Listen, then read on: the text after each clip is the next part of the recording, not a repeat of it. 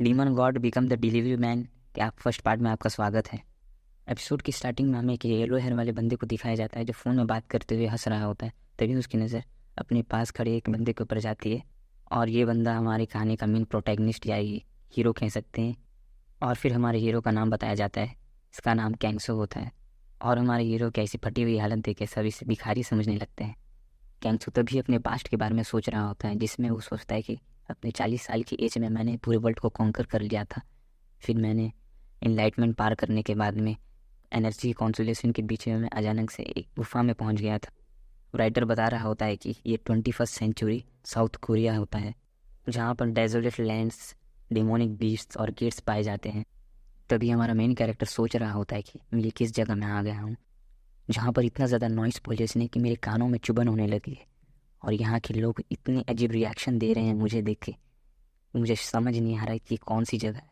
और हमारा main character ये सोच रहा होता है कि ये लोग अपने हाथों में पकड़ कर क्या रखे हैं और इनके कपड़े ये इतने अजीब क्यों हैं, और यहाँ के लोगों की तरह ये सिटी भी इतना अजीबोगरीब क्यों दिख रहा है मुझे। तो गाइज़, यहाँ पर हमारा मेन कैरेक्टर यहाँ के आसपास के व्हीकल, गाड़ी और कुछ चीज़ों को देख के थोड़ा चौंक गया है।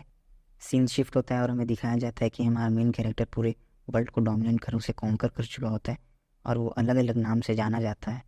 उसे कोई लोग डेविल कहते हैं, कोई लोग फ्लेम एम्परर। ये इतना ज़्यादा स्ट्रांग हो चुका था जिसे बीट करना इम्पॉसिबल था किसी का भी। अगर कोई इसके सामने ग्रेट किंग योमारा का नाम ले लेता है तो वो मारा जाता। और ये जिस भी रास्ते में चलता और इसके सामने जो भी आता ये हर किसी को मार देता।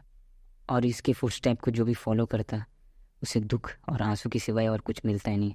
और ऐसे ही करके इसने बहुत लोगों को मारा। और ये अपने ही कल्ट के, जिसका नाम डार्क पैथ मुजिम होता है, उसके एब्सोल्यूट लीडर को हरा दिया होता है। और वहाँ के जितने भी मेंबर होते हैं उन सबको मार दिया होता है। इसी कारण से इसे लोग गॉड ऑफ डेथ के नाम से भी जानते हैं। इसके साथ साथ वर्ल्ड में जितने भी कल्ट हैं उन्हें डिफीट कर अपने घुटने पर ला दिया। और हमें दिखाया जाता है इसके बाद हमारा मेन कैरेक्टर कहीं बैठ कर आराम से चाय पी रहा होता है और सोच रहा होता है कि मैंने कितने को मारा और कितने को डिफीट किया, मैं अनबीटेबल बन चुका हूँ, फिर भी मुझे शांति नहीं मिली।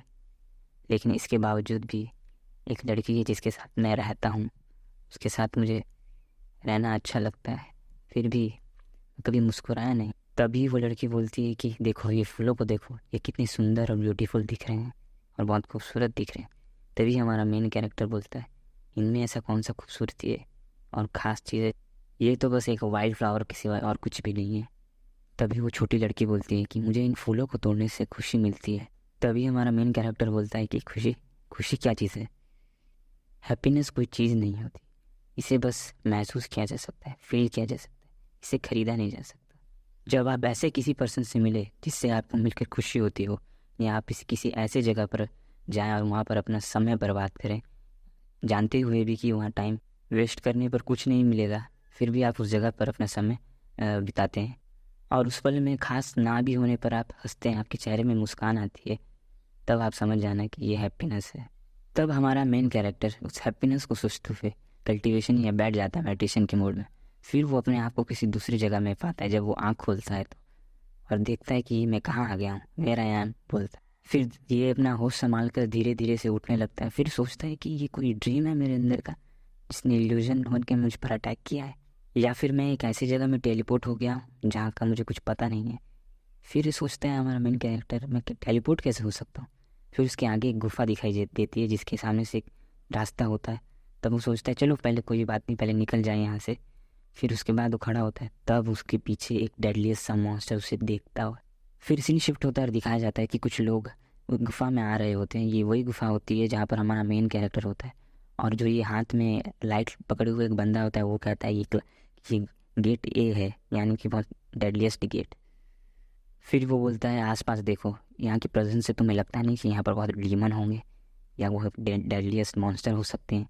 और वो बोलता है कि यहाँ पर पहले एक टीम आ चुकी है, टीम 0। उस इंसिडेंट को सोचते हुए कहता है वहाँ पर एक ऐसे मॉन्स्टर थे जो इस डंजन, इस गेट की इतनी गहराई पे इनसाइड पाए जाते हैं और उन्होंने ही टीम 0 को मार दिया है। यही सोचते हुए वो जा रहा होता है और बहुत गुस्से में होता है। तभी उसके पीछे वाला बंदा बोलता है लीडर हमें यहाँ कुछ मिला हुआ है, ज़रा यहाँ पर आके देखिए। तभी हमारा लीडर अचानक से चौंक जाता है उस चीज़ को देखकर और सोचता है ये कैसे हो सकता है, इतना बड़ा मॉन्स्टर, और कैसे इसे किसने मारा होगा, यही सोच रहा होता है। और इसके साथ खड़े पीछे लोग वो सभी चौंक जाते हैं और पीछे वाला बंदा बोलता है लीडर रुकिए, आराम से चलिए, आगे खतरा हो सकता है, ऐसा बोलता है। फिर उसके बाद में फिर हमें एक मॉन्स्टर दिखाया जाता है, तो पूरी तरह से मरा हुए हालत में पड़ा होता है। फिर इसे देखकर हमारे लीडर सोचते हैं इतना बड़ा मॉन्स्टर और इसे किसने मारा होगा, बहुत डेडलीस्ट मॉन्स्टर था। ये मुझे लगता है कि ये इस डंजन का बॉस होगा और इसकी हालत ऐसे क्या करे किसने होंगे। तभी वो बंदा लाइट जला के उसके पेट के अंदर देखता है और देखता है कि इसके अंदर तो बहुत हाई लेवल के मॉन्स्टर है और सब मरे हुए हैं। गाइस ये वही मॉन्स्टर होता है जो हमारे हीरो को पीछे से घूर रहा होता है। फिर सीन शिफ्ट होता है और दिखाया जाता है हमारा लीडर बोल रहा होता है इसकी ऐसी हालत तो कोई मॉन्स्टर तो कर नहीं सकता और ना ही कोई लो लेवल का मैजिक बीस्ट। फिर वो बोलता है कि तो इसकी हालत किसने की होगी। तो हमारा लीडर बोलता है कि इसकी हालत देखो, इसका इंटरनल पार्ट्स ऐसा डैमेज है कि कोई सोच नहीं सकता।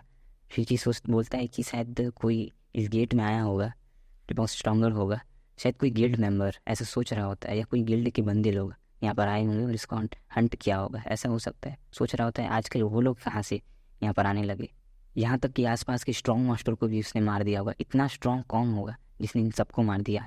तभी सीन शिफ्ट होता है और दिखाया जाता है हमारे हीरो का पैर, ये हमारे हीरो का किसी फीमेल लड़की का नहीं। फिर उसके बाद में हमारा हीरो उस जगह से बाहर आता है, उस गुफा से। फिर बोलता है वेयर एम आई अगैन। फिर वो सोचता है कि अब गुफा में, अब यहाँ पर। फिर उसके बाद सामने में एक मॉन्स्टर दिखाई देता है, वो तेज़ी से जाता है, उसे एक पंच मारता है जिसके कारण उसका हालत ही ख़राब हो जाता है, देख सकते हैं गाइस। फिर उसके बाद ये गेट से ही बाहर निकले रहता है ये मॉन्स्टर, डंजन से कह सकते हैं गाइस। फिर हमारा एमसी देख रहा होता है कि आसपास ये जगह अजीब सी है और तभी वो एक मरे हुए बॉडी के स्केलेटन से वो उसके कपड़े निकाल रहा होता है और उसे पहन लेता है। फिर उसके बाद में ये वही कपड़ा होता है जो आपको फर्स्ट बार दिखाया गया होगा, फटीचर भिखारी हालत में। फिर उसके बाद हमारा हीरो उसको पहनने के बाद में सोच रहा होता है ये जगह बाकी जगह से अलग है। फिर उसके बाद में वो एक चीज़ देखता है, उसे उस मॉन्स्टर को मारने के बाद एक कोर मिला होता है और वो उस कोर को देख रहा होता है और सोच रहा होगा ये कोर तो जानी पहचानी से लग रही है, इस कोर को मैंने पहले भी कहीं देखा हुआ है। तभी वो अपने पास्ट के समय का याद करता है, जब डीमन हेवनली डीमन कल्ट को डिफीट किया था तो वहाँ पर भी उसे यही वाला मिला था और ऐसा ही माना था। उसके पास्ट में ब्लू कलर का माना था लेकिन अभी थोड़ा रेड कलर टाइप का है। फिर उसके बाद में वो बोलता है कि ये माना तो थोड़ा सा डिफरेंट है मगर सिमिलर है। फिर वो आसपास देखता है, फिर आसपास देखने के बाद बोलता है मुझे यहाँ से सबसे पहले यहाँ से निकलना होगा इस जगह से। तब वो भाग कर जाता है। फिर हमें दूसरी जगह का सीन दिखाया जाता है, ये स्प्रिंग पवेलियन होता है जहाँ पर टीवी चल रहा होता है। वहाँ पर ये यूएस का वाइस प्रेसिडेंट है जो बोल रहा होता है साउथ कोरिया के एसोसिएशन के अवेकनर ने कोई रिसेंट जो भी गेट ओपन हुआ था उसमें कोई क्लियर स्टैंड नहीं लिया था और उनका परफॉर्मेंस बिल्कुल बेकार था, यही कह रहा होता है यूएस का प्रेसिडेंट। तभी हमारा कहानी शिफ्ट होता है और एक लड़की को दिखाया जाता है। वो लड़की बोल रही थी मुझे बहुत भूख लग रहा है, मुझे ब्लैक बीन नूडल खाने हैं। तो तभी वहाँ से एक लेडी निकल के आती है और वो बोलती है आपका ब्लैक बीन नूडल्स यहाँ पर है, मैं लेके आ रही हूँ। तभी वो बोलती है नाइस सर मील बोलती है। तभी वो देखती है कि आगे से दरवाजे से एक बंदा आ रहा होता है, ये और कोई नहीं इसका मतलब फ्रेंड होता है। इनका पीछे का बैक हिस्ट्री बताता हूँ आगे। तभी वो लेडी इसे वेलकम बोलती है। तभी वो बंदा आता है और बोलता है कि मुझे एक कप ब्लैक बीन नूडल चाहिए। तभी हमें इस बंदे के बारे में बताया जाता है, ये अवेकनर एसोसिएशन टीम लीडर बैक विनो है, इसका नाम बैक विनो है और ये लीडर होता है अवेकनर एसोसिएशन टीम लीडर। फिर ये बोलता है कि मुझे बहुत टायर्ड महसूस हो रहा है, मुझे एक नूडल्स दे दो। तभी वो लेडी बोलती है तुम इतने टायर्ड महसूस क्यों कर रहे हो। तभी वो बंदा बोलता है तुम उस न्यूज़ को नहीं सुना जो भी टीवी में आया था, उस न्यूज़ में बताया गया है कि बहुत से गिल्ड मेंबर आपस में समझौता करते हुए मारे गए उस गेट में, जो गेट अभी रिसेंट ओपन हुआ है। उस गेट में बहुत सारे ऐसे गिल्ड के बंदे थे जो अपने आप को आगे और वहाँ के क्रिस्टल को लेने के लिए बहुत पहले आ रहे थे और बाकी लोग को अपने गिल्ड में शामिल करने के बारे में बोल रहे थे और झगड़ा कर रहे थे। इस बीच में बहुत सारे मॉन्स्टर आए और उन्हें मार दिया। तभी वहाँ का शेफ़ आता है, ये इस रेस्टोरेंट का मालिक भी है, बॉस भी कह सकते हैं। वो बोलता है कि बहुत दिनों के बाद ऐसा गेट दिखाई दिया है जो बहुत ख़तरनाक और डेंजरस था। और गाइस ये जो शेफ़ है यहाँ का बॉस है और जो वो बाजू में लेडी खड़ी है वो इसकी वाइफ है और उसका नाम लिम सॉन्ग है और उसको लिम ही बुलाऊंगा और सरनेम से नहीं बुलाऊंगा। फिर वो शेफ़ कहता है हाँ आजकल मेरे कस्टमर कम होते जा रहे हैं क्योंकि अभी जो रिसेंट नए नए गेट उभर कर आ रहे हैं उसके कारण मेरे कस्टमर ऑर्डर नहीं ले रहे हैं और ना ही कोई डिलीवर मैन हायर हो रहे हैं मेरे ऑर्डर को कस्टमर तक पहुंचाने के लिए। तभी वो लड़की बोलती है इट्स ओके, कोई बात नहीं, सब ठीक हो जाएगा। फिर वो बंदा बोलता है हो ओके। फिर तभी हमें दिखाया जाता है एक बॉक्स गिरता है एक बंदे को, वो बोलता है फक ऑफ और वो बोलता है कि यहाँ इतने गेट्स ओपन हो रहे हैं कि मैं अपना डिलीवर का काम भी नहीं कर पाता हूँ। फिर वो दिखाता है अपना मोबाइल जिसमें बोलता है अनदर गेट हैज़ ओपन लिखा होता है और वो बोलता है अब मैं तुम्हारा काम नहीं कर सकता क्योंकि गेट बहुत ही ज़्यादा ओपन हो रहे हैं और मेरे को इतने कम पैसे में तुम्हारा काम तो बिल्कुल नहीं करूँगा। तब वो बोलता है, अरे अरे तुम ऐसा क्यों बोल रहे हो? तभी बोलता है, मेरे को अगर चार्जेस बढ़ाओगे मेरे तभी मैं काम करूँगा, मेरे को थोड़ा हाई प्राइस देना पड़ेगा तुम्हें इस काम के लिए। तभी वो बंदा बोलता है, शेफ़ बोलता है कि अरे तुम ऐसा क्यों कर रहे हो, तुम बहुत सालों से मेरे साथ काम कर रहे हो। तभी वो बंदा बोलता है कि नहीं, मुझे अब तुम हाई पेमेंट करोगे तब मैं तुम्हारा काम कर पाऊँगा। वो बंदा बोलता है, शेफ़ बोलता है कि तुम मेरी सिचुएशन को जानते हो कि कितनी क्रिटिकल कंडीशन में हूँ मैं अभी। लेकिन वो बंदा उस शेफ़ की एक भी नहीं सुनता है और वो बोलता है मुझे हाई पेमेंट करोगे तभी मैं तुम्हारा काम करूँगा। फिर वो बोलता है, अपनी वाइफ से बोलता है कि टाइम हो गया है उसके आने का, वो वेट कर रही होगी, जा कर के तुम उसे लेकर आ जाओ। तभी वो बोलती है कि अपने पति से कि नहीं अभी टाइम नहीं हुआ है, अभी तो समय बचा हुआ है। फिर भी वो बोलता है नहीं तुम जाओ उसे लेके आओ, वो वेट कर रही होगी। तभी वो अपने पति की कंडीशन को समझ जाती है और वो बोलती है चलो ठीक है फिर मैं जाती हूँ उसे लेने के लिए। तो गाइस मैं बता दूँ, ये अपने बच्चे को लेने के लिए जा रही है। तभी सीन चेंज होता है और शेफ़ को दिखाया जाता है। वो सोच रहा तो होता है कि ये बंदा ऐसा क्यों हो रहा है, क्योंकि अभी इसी किसी दूसरे व्यक्ति ने हायर कर लिया है और इसको मुझसे अधिक चार्ज पेमेंट कर रहा होगा काम करवाने के लिए। और ये सोचता है कि अभी जो रिसेंट गेट्स ओपन हुए हैं उसके कारण इन लोग की फ़ीस भी बढ़ गई है और अभी जो एम्प्लॉय उन्हें लेना भी बहुत मुश्किल हो गया है, इसलिए ये ऐसा बिहेव कर रहे हैं। तभी सीन शिफ्ट होता है और दिखाया जाता है हमारे हीरो को, मेन कैरेक्टर जो चल रहा होता है एक रास्ते पे। फिर उसे एक चीज़ देखता है और चौंक जाता है। वो सोचता है कि यहाँ के लोग मुझसे बहुत अलग है और यहाँ की ऑरा, इनकी अंदर की इटर्नल एनर्जी बहुत अलग है। और तभी उसकी नज़र उस बच्ची पर जाती है और उस बच्ची को देखता है और बोलता है इसकी प्योर एनर्जी बाकियों से अलग है, इसमें कुछ प्योर अलग खतरनाक माना फ्लो दिखाई देता है।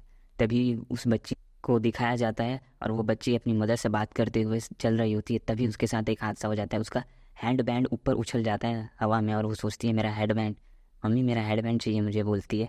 तभी फिर वो उसकी माँ बोलती है नहीं वो अब उड़ चुका है, वो बाहर चले गया है, उसको छोड़ो रहने दो। फिर वो बच्ची उसको ढूंढने के लिए चली जाती है, उसको लेने के लिए चली जाती है अपना हेड बैंड को जो गिरा हुआ होता है। वो पैदल चल रही होती है सड़क में। तभी आसपास के लोग बोल रहे होते हैं वो लड़की देखो वो सड़क पर आ चुकी है, उसको खुद संभालो। तभी वो लड़की अपना हेड बैंड पकड़ लेती है और खुश हो जाती है। तभी अचानक से उसके पीछे एक कार आ जाता है और इसके साथ हमारा एपिसोड यहीं ख़त्म होता है। अगर अच्छा लगा तो कमेंट कीजिए।